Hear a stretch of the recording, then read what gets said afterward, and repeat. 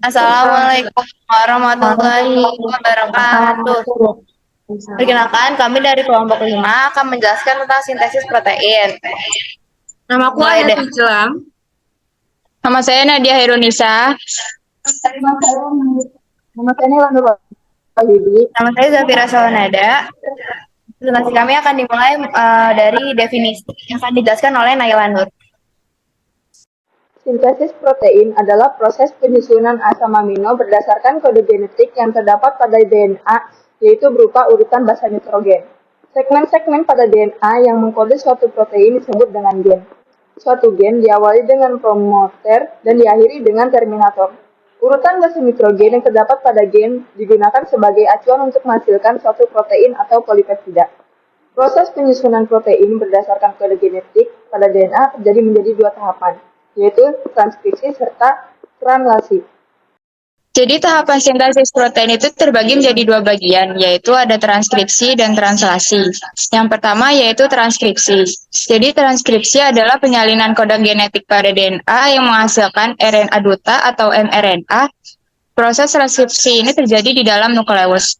Proses transkripsi melibatkan enzim RNA polimerase.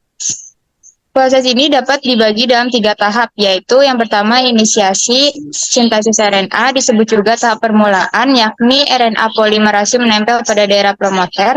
Yang kedua pemanjangan atau elongasi RNA, yakni proses penyusunan nukleotida RNA di sepanjang DNA pencetak, dan penyelesaian atau terminasi sintesis RNA, yakni ketika RNA polimerase dan RNA duta telah sampai di terminator. Nah, jadi tahapan transkripsi itu dimulai dari inisiasi, yaitu ketika RNA polimerase menempel pada promoter gen, RNA polimerase kemudian akan membuka untayan ganda DNA. RNA polimerase selanjutnya akan menyusun nukleotida RNA membentuk rantai RNA duta. Salah satu utas DNA pada sebuah gen akan berperan sebagai cetakan untuk menyusun nukleotida RNA. Utas ini disebut utas pencetak. Nukleotida RNA kemudian akan disusun membentuk rantai RNA duta berdasarkan urutan basa nitrogen pada DNA pencetak. Utas RNA duta yang menghasilkan nantinya memiliki urutan basa nitrogen yang merupakan komplement dari urutan basa nitrogen pada DNA pencetak. Misalkan, apabila pada DNA pencetak terdapat basa nitrogen timin, maka nukleotida RNA yang tercetak adalah basa nitrogen adenin. Basa nitrogen guanin akan mencetak sitosin, adenin akan mencetak urasil, demikian seterusnya. Proses penyusunan nukleotida RNA di sepanjang utas DNA pencetak ini disebut elongasi. Ketika RNA polimerase mencapai bagian terminator dari gen, maka selesailah proses transkripsi RNA duta. DNA, RNA duta, dan RNA polimerase akan memisahkan diri. RNA duta yang dihasilkan dari proses ini akan keluar dari nukleus menuju sitoplasma untuk mengalami proses translasi. Kemudian tahapan selanjutnya itu ada translasi. Translasi sendiri adalah penerjemahan kode-kode genetik hingga menghasilkan rantai polipeptida penyusun protein. Nah, urutan translasi ini sama kayak transkripsi, ada 3. Yang pertama itu ada inisiasi, elongasi, sama terminasi.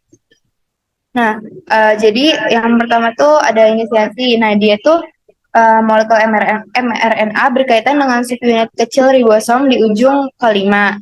Translasi diawali dari codon start. Nah, codon start ini itu codon AUG yang ada pada mRNA. Lalu tRNA sebagai initiator yang memuat antikodon UAC akan membawa asam amino metionin. Nah, asam amino ini tuh akan melekat pada subkodon si AUG. Nah, metionin ini merupakan asam amino awal dari sintesis protein. Selanjutnya, asam amino yang tadi sudah melekat pada kodon AUG akan ditambahkan oleh enzim tRNA amino asil hingga dihasilkannya rantai polipeptida lengkap. Translasi itu akan terus berlangsung sampai munculnya codon stop. Nah, codon stop ini tuh ada 3, yaitu UAA, UAG, dan UGA. Nah, jika muncul salah satu codon itu, proses translasi itu akan berhenti dan kemudian polipeptida tadi yang terbentuk akan lepas dari si ribosomnya. Berikut ada awal dan akhir sintesis protein.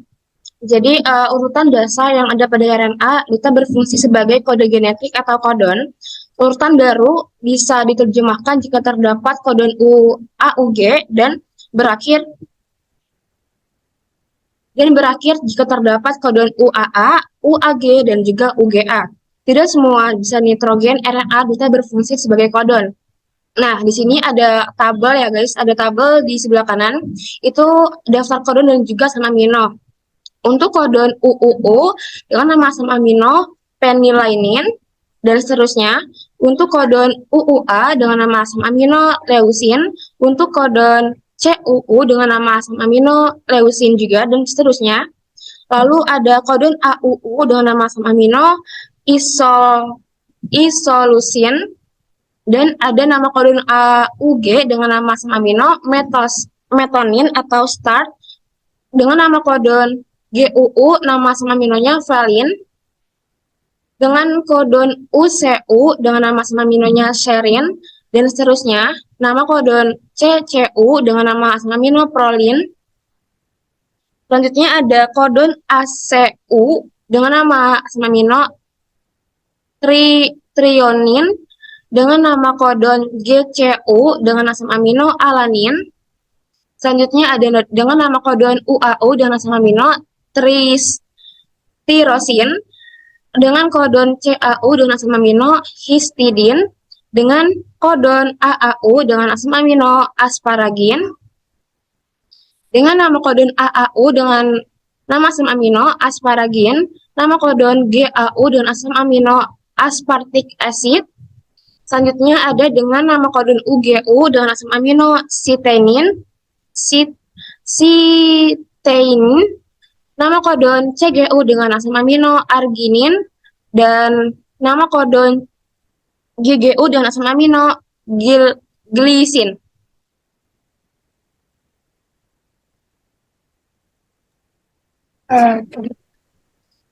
Sekian presentasi dari kelompok kami, kurang lebihnya mohon maaf. Wassalamualaikum warahmatullahi wabarakatuh.